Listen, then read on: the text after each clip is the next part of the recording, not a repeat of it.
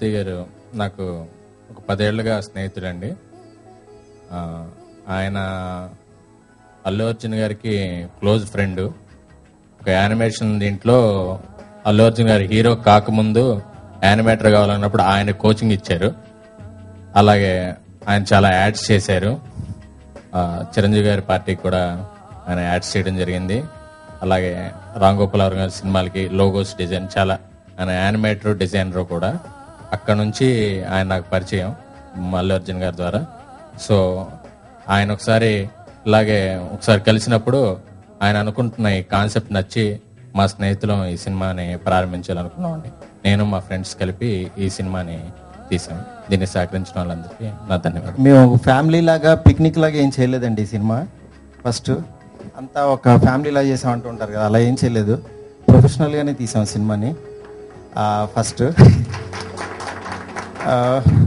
ఒకటేనండి, అంటే సినిమా చిన్నది పెద్దది అని అట్లా ఏమీ ఎంచుకోలేదు. అంటే చిన్న సినిమాకి చిన్న కష్టం పడాలి, పెద్ద సినిమాకి పెద్ద కష్టం పడాలని నేను టార్గెట్ చేయలేదు. ఏ సినిమాకైనా కష్టం అనేది సేమ్, 18 hours a day అని పెట్టుకున్నాము. అట్లా పెట్టుకుని కష్టపడి ఎఫర్ట్ పెట్టి చేసిన సినిమా ఇది. అంటే నా ఉద్దేశంలో అంటే మన కష్టం అయితే వృధా కాదు అని అట్లా నమ్మి చేసిన సినిమా.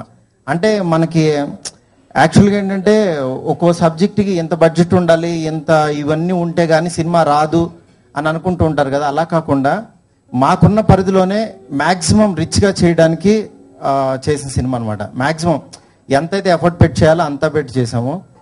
దీనికి మా ఫ్రెండ్స్ అందరూ కూడా చాలా హెల్ప్ చేశారు. అంటే మా కష్టపడే వాళ్ళని ప్రమోట్ చేయాలన్న ఉద్దేశంతో మ్యాక్సిమం అందరూ కూడా చాలా కోఆపరేటివ్గా వర్క్ చేశారు. దానికి నాకు చాలా థ్యాంక్స్ అండి అందరికీ. యాక్చువల్గా ఈ రోజుల్లో లవ్లు ఎలా ఉన్నాయి అనేది మనందరికీ తెలుసు. అంటే ఎంత ఒక డిస్పోజబుల్ ఐటమ్ అయిపోయింది లవ్ అనేది. అంటే యూజ్ చేసుకోవటం, దాని తర్వాత అయిపోవటం, నెక్స్ట్ కొత్త నెంబర్ వచ్చేస్తుంది మన సెల్లోకి. అంటే అప్పటిదాకా ఉన్న నెంబర్ కరెక్ట్గా 1 weekలో మారిపోతుంది. అంటే ప్రేమ అనేది రోజు రోజుకి అలా చేంజ్ అయిపోతూ వస్తుంది అనమాట. ఇలాంటి చేంజ్ అయిపోతుందని మన అందరికీ తెలుసు. దాన్ని ఒక స్క్రీన్ మీద చూసుకుంటే మనం ఎలా ఫీల్ అవుతామో దాన్ని నేను స్క్రీన్ మీద పెట్టాను అంతే. ఇది డైలీ మనం ఫేస్ చేస్తున్న ప్రాబ్లం అని ప్రతి ఒక్కళ్ళకి ఐడెంటిఫై చేసుకునే విధంగా ఉండాలని చెప్పి నేను ఈ క్యారెక్టర్ ఈ సినిమా ఎంచుకోవడం జరిగిందనమాట. దీంట్లో ఉన్న ప్రతి డైలాగ్ కూడా ఫుల్ ఎంటర్టైన్ చేసే ఉద్దేశంతోనే తీసాం, కానీ ఎక్కడ కూడా ఎక్స్పెరిమెంట్స్ ఏమీ చేయలేదు. Full entertainment. కూర్చున్న ఆడియన్ను సీట్లో కూర్చుని లాక్ అయ్యే విధంగా చేశాను అనమాట. ప్రతి సీను టైట్గా ఉండేట్టుగా.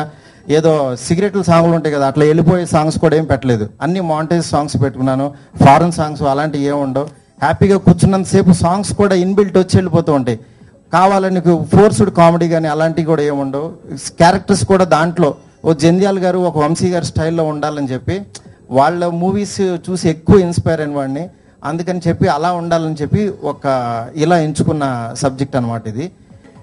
సో మూవీ స్టోరీ గురించి చెప్పాలంటే టైటిల్ వచ్చేసి ఈ రోజుల్లో మనందరికీ తెలిసిందే. అండ్ డైరెక్టర్ సార్ స్టోరీ గురించి మొత్తం చెప్పేశారు, ఎక్కడ నేను చెప్పేస్తాను అని. ఈ రోజుల్లో నిజంగానే ఆ స్టోరీ ఈ రోజుల్లో ఒక ఫ్రెష్ లవ్ స్టోరీ అండి, చాలా డిఫరెంట్గా ఉంటుంది. అంతేకాకుండా ఈ మూవీలో డైరెక్టర్ సార్ మాకు చాలా కోఆపరేటివ్గా ప్రతి ఒక్క సీన్ కూడా ఎక్స్ప్లెయిన్ చేసి చక్కగా మమ్మల్ని కంఫర్ట్ ఫీల్ అయ్యేటట్టు నేను ఇంత బాగా యాక్ట్ చేయగలిగానంటే సార్ కోఆపరేషన్ వల్లే. ఇందాక చెప్పారు సార్, నేను కెమెరామ్యాన్ వైఫ్ అండ్ హస్బెండ్ అని. వాళ్ళిద్దరు వైఫ్ అండ్ హస్బెండ్ అయితే మాకు mother father.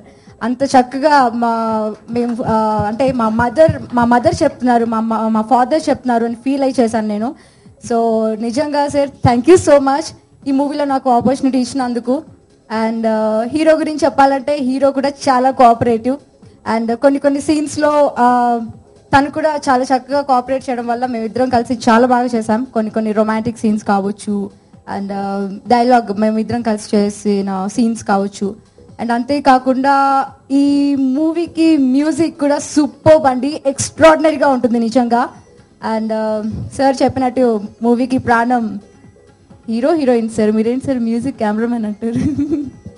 Heroines, music and camera. So మొత్తం కూడా ఎక్స్ట్రాడినరీ అండి. So once again thank you so much sir. 20 years నుంచి వెయిట్ చేస్తున్నా ఈ స్టేజ్ ఎప్పుడు ఎక్కుతారా అని. నాకు ఈ ఆపర్చునిటీ ఇచ్చినందుకు మారుతి గారికి చాలా థ్యాంక్స్ అండి. ఇక్కడ ఇచ్చేసిన వాళ్ళందరికీ చాలా థ్యాంక్ యూ.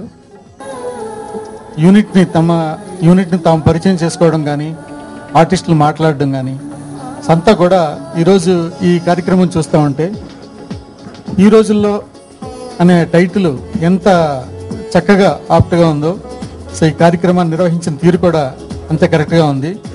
సో డెఫినెట్గా సినిమా కూడా ఈ రోజుల్లో ఏం జరుగుతుంది, సొసైటీలో యూత్ ఎలా ఉన్నారు, వాళ్ళ ఆలోచన ధోరణి ఎలా ఉంది, వాళ్ళలో ఉన్నటువంటి ప్రయాణం ఏ విధంగా సాగుతుంది అనేది డైరెక్టర్ గారు చెప్పినట్టు డెఫినెట్గా స్క్రీన్ మీద ఆవిష్కరించి ఉంటారని నమ్మొచ్చు మనం. ఎందుకంటే ఆ నమ్మకం వాళ్ళ మాటల్లోనే కాదు, వాళ్ళ చేతల్లో కూడా చూస్తూ ఉన్నాం. కాబట్టి ఇలాంటి కొత్తదనంతో కూడుకున్నటువంటి సమాజాన్ని తమను తాము అద్దంలో చూసుకుంటూ, తమలో ఉండే లోపాలను దిద్దుకుంటూ, తమలో ఉన్నటువంటి మంచిని మరింత మెరుగుపరుచుకుంటూ ముందుకు సాగడానికి ఎప్పుడు కూడా సినిమాలు దోహదపడతాయి. అలాంటి ఒక మంచి కాన్సెప్ట్ని ఎంచుకుని దాన్ని కామెడీని జోడించి నిజ జీవితానికి దగ్గరగా ఉండేలాగా ప్రజెంట్ చేయాలనేటువంటి ఈ యూనిట్ సంకల్పం. సో డైరెక్టర్ గారు మారుతి తన ఆలోచనల్ని, తన డ్రీమ్స్ని నిజం చేసుకునేలాగా తన స్నేహితుడైనటువంటి శ్రీనివాస గారు మరి వాళ్ళ మిత్రులందరితోటి కలిసి ఈ సినిమాని నిర్మించడం అనే బ్యానర్ చాలా బాగుంది. సినిమా కూడా అలాగే బాగుంటుందని అనుకుంటున్నాం. మారుతి ఇంతకుముందు ఏ ఫిల్మ్ బై అరవింద్ అనే ఒక మంచి సినిమాకి కో డైరెక్టర్గా చేశారు. దానికి ఒక ప్రొడ్యూసర్ కూడా. అప్పుడే ఇతని టాలెంట్ అందరికి తెలిసింది. ఈ సినిమాతో డైరెక్టర్గా తనేంటో ప్రూవ్ చేసుకోబోతున్నాడు.